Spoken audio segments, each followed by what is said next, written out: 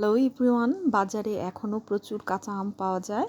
যারা আচার খেতে খুব পছন্দ করেন তারা এভাবে একবার ট্রাই করতে পারেন বাসায়। প্রথমেই আমি চুলায় প্যান বসিয়ে দিয়েছি, আর প্যানের মধ্যে আমি বেশ কিছু সরিষার তেল দিয়ে দিয়েছি।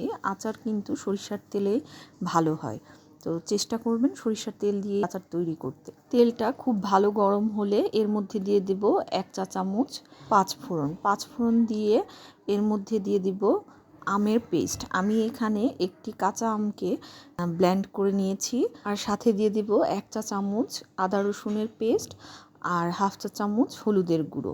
আম ব্লেন্ড করার সময় জলের প্রয়োজন হলে এখানে আপনারা জলের পরিবর্তে সিরকাটা ব্যবহার করবেন, তাহলেই ব্লেন্ড হবে। আর আমগুলোকে আমি কাটার আগেই খুব ভালো করে ধুয়ে পরিষ্কার করে জলগুলোকে ভালো করে শুকিয়ে তারপরে আমগুলো ছোট ছোট পিস করে কেটে নিয়েছি। এখানে আপনারা দেখতেই পাচ্ছেন যে আমগুলো আমি কিভাবে কেটে নিয়েছি। এখন এর মধ্যে দেব পরিমাণ মতো লবণ, আর চুলার জালটাকে খুব লোতে রেখে আমের আচারটাকে বানিয়ে নিতে হবে। এই আম থেকেই যে জলটা উঠবে সেই জলটা দিয়ে আমি পুরো আচারটা তৈরি করে নেব।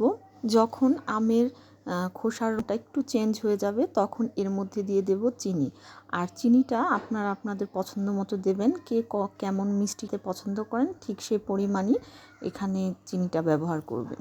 এখন এর মধ্যে দেব 3 টেবিল চামচ পরিমাণ সিরকাটা ব্যবহার করলে আচারটা বেশ কিছুদিন সংরক্ষণ করা যায়।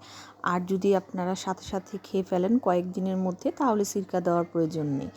আর আমি এখানে বেশ কিছু রসুনের কোয়া দিয়ে দিয়েছি, যদি আপনাদের পছন্দ হয় তাহলে দিতে পারেন। এখন এর মধ্যে দিয়ে দেব আমি শুকনো মরিচের ফাঁকি, আর মরিচটাকে আমি একদম লো হিটে মুচমুচে করে ভেজে তারপরে এখানে গুঁড়ো করে ব্যবহার করেছি। মরিচের গুঁড়োটা কতটুকু ব্যবহার করবেন সেটা আপনার উপরে নির্ভর করে। আপনি যদি ঝাল খেতে পছন্দ করেন তাহলে একটু বেশি ব্যবহার করবেন। এখন এর মধ্যে দিয়ে দেবো আমি 5 ফোড়নের গুঁড়ো। এই 5 ফোড়নটাকে আমি লো হিটে মুচমুচে করে ভেজে এটাকে গুঁড়ো করে এখানে ব্যবহার করেছি। আপনারা এখানে যখন আম ব্লেন্ড করবেন তখন এর সাথে 3-4টি কাঁচামরিচ, আদা রসুন একসাথে ব্লেন্ড করে নিতে পারেন। আরেকটি কথা মনে রাখবেন, চুলার জালটা কিন্তু একদম লোতে রেখেই তারপর পুরো আচারটা বানিয়ে নিতে হবে। এই তো এখানে আমার পুরোপুরি আচারটা হয়ে গেছে।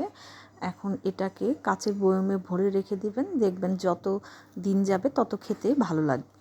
একবার হলেও বাসায় ট্রাই করে দেখতে পারেন, অবশ্যই ভালো লাগবে। আর ভালো লাগলে লাইক, কমেন্ট, শেয়ার করতে ভুলবেন না। আবার নতুন কিছু নিয়ে হাজির হব। ধন্যবাদ।